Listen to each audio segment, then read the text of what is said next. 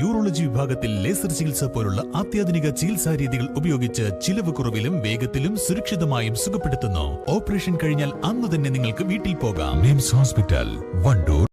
നിലമ്പൂരിൽ ഇടതു സ്ഥാനാർത്ഥി പ്രചരണം തുടങ്ങി. തന്റെ സ്ഥാനാർത്ഥിത്വം കായിക മേഖലയ്ക്കുള്ള അംഗീകാരമാണെന്ന് ഷറഫ് അലി. നിലമ്പൂർ നിയോജക മണ്ഡലത്തിലെ ഇടതുപക്ഷ സ്ഥാനാർത്ഥി യു ഷറഫ് അലി നിലമ്പൂരിൽ തിരഞ്ഞെടുപ്പ് പ്രചരണം തുടങ്ങി. ഇടതുപക്ഷത്തിന്റെ പൊതുസ്വതന്ത്രനായാണ് ഷറഫ് അലിയുടെ കന്നി മത്സരം. ആശുപത്രി റോഡിലെ വിവിധ കടകൾ, സ്ഥാപനങ്ങൾ എന്നിവിടങ്ങളിൽ കയറി ഉടമകളെയും ജീവനക്കാരെയും കണ്ട് വോട്ടഭ്യർത്ഥന നടത്തി. നിലമ്പൂർ ജില്ലാശുപത്രിയിലെത്തിയ സ്ഥാനാർത്ഥി ജീവനക്കാരോടും രോഗികളോടും ഡോക്ടർമാരോടും വോട്ടഭ്യർത്ഥന നടത്തി. ആദ്യമായാണ് കായിക രംഗത്ത് നിന്നൊരാൾ മത്സരരംഗത്തേക്ക് വരുന്നത്. പാർട്ടിയും മുന്നണിയും ഏൽപ്പിച്ച ദൌത്യം സ്വീകരിക്കുകയായിരുന്നു. നിലമ്പൂരിൽ ഉപതെരഞ്ഞെടുപ്പ് നടന്ന സാഹചര്യത്തിൽ നിന്നിപ്പോൾ മാറ്റം വന്നിരിക്കുന്നുവെന്നും UDFന്റെ അന്നത്തെ നുണപ്രചാരണം ഇത്തവണ വിലപ്പോകില്ലെന്നും ഷറഫ് അലി പറഞ്ഞു. കഴിഞ്ഞ തെരഞ്ഞെടുപ്പിൽ PV അൻവർ നേടിയ വോട്ടുകൾ ഇത്തവണ LDF ലഭിക്കും. പൊതുസ്വീകാര്യത ലക്ഷ്യം വെച്ചാണ് സ്വതന്ത്രനായി മത്സരിക്കുന്നത്.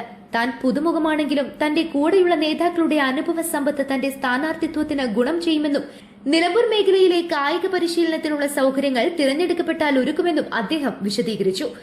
നല്ലൊരു ശതമാനം LDFന് കിട്ടും. ഭരണ നേട്ടങ്ങൾ കൊണ്ടുണ്ടാക്കിയിട്ടുള്ള വോട്ടുകളാണത്. അത് LDFന്റെ ഭാഗത്തേക്ക് ലഭിക്കുമെന്ന് തന്നെയാണ് ഞങ്ങളുടെ വിശ്വാസം. കായിക രംഗത്ത് ഏറെ മുന്നേറാൻ കഴിയും. തെരഞ്ഞെടുപ്പ് രംഗത്ത് ആ മുന്നേറ്റം ഇങ്ങനെ ഉണ്ടാവും. ഞാൻ പറഞ്ഞു, തെരഞ്ഞെടുപ്പ് രംഗത്ത് എനിക്ക് മാത്രമേ പരിചയപ്പെടുള്ളൂ.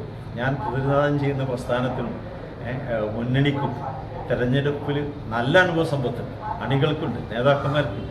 ആ അനുഭവ സമ്പത്ത് എനിക്ക് വലിയൊരു കരുത്ത് തന്നെയാണ്.